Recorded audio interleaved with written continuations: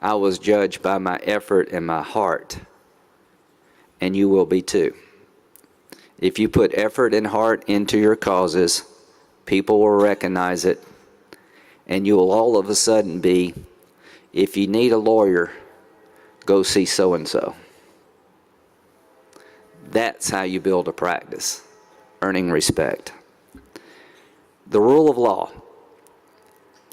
To me, it's a simple concept that is the hardest thing in the world to accomplish. The rule of law at its heart and soul is that if you find yourself in a courtroom or before a legal body, you will be judged on what you did, not who you are. You'll be judged by the evidence, not the tribe from where you come, your politics. You'll be judged about what you allegedly did, not your political associations. You'll be judged based on the evidence, not your wallet. That, ladies and gentlemen, is a hard thing to accomplish. It is very hard sometimes for the richest person in town not to be required to pay because they can afford to. Yes, they may can afford to pay, but the question is, should they have to pay? And sometimes it's easy to make the guy in town or the gal in town that no one likes pay simply because no one likes them. The rule of law is designed to avoid that result. I live in a very loud environment called politics, 50+1.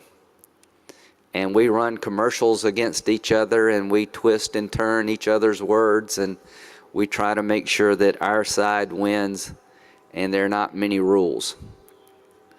In a courtroom is supposed to be a quiet place where you park that agenda. You have a judge who will deliberate based on the law. You'll have rules to follow.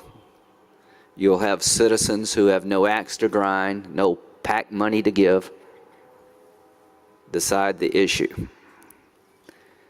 That only works if we have a political system that will respect the fact that the law is different.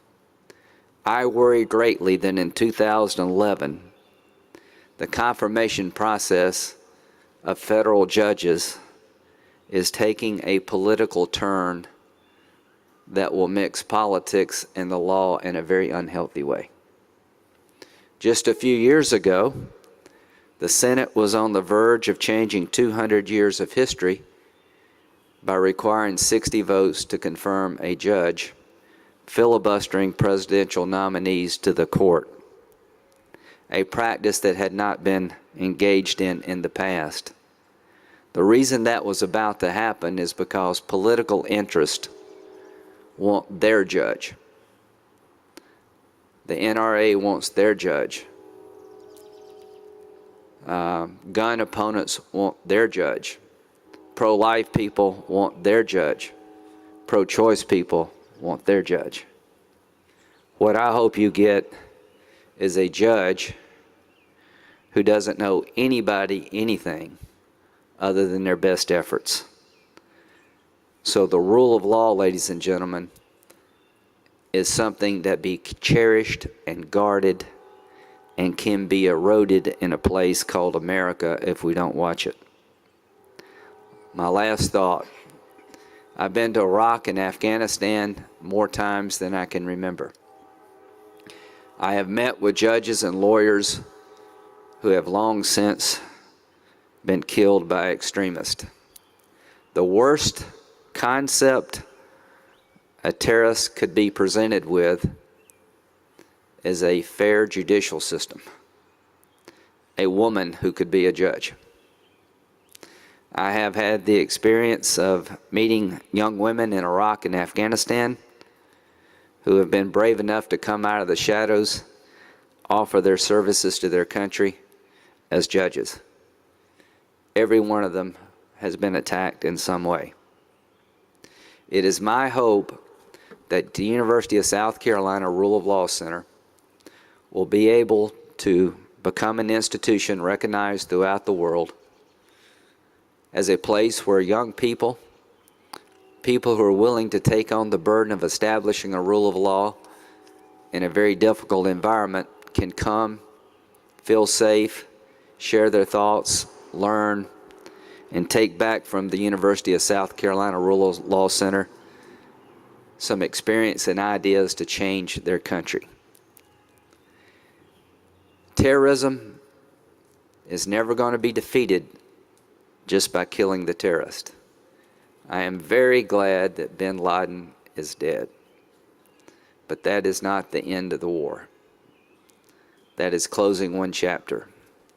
The only way I know to make sure this country stays safe and terrorism is eventually defeated is to give those people in the Mideast and throughout the world who are struggling with terrorism the ability to fight back so that they can control it in their home countries, and our young men and women don't have to leave South Carolina to go to faraway places and risk their lives.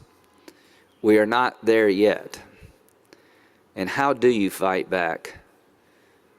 Honest police forces and well-trained armies are part of it. But the ultimate weapon in killing the terrorist ideology is tolerance. Tolerance of people who are different.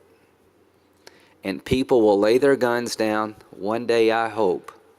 But for that to happen, they've got to believe that if I lay my gun down and someone from my tribe is arrested by the police, that they will be well treated and get a fair shake.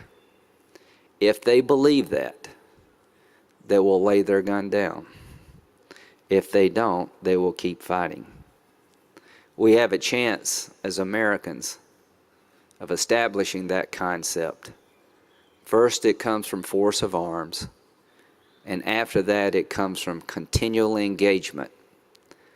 Let it be said that the University of South Carolina School of Law is going to provide for opportunity throughout the world for people who wish it to establish rule of law in their country so that people can lay down their guns. God bless you. God bless America.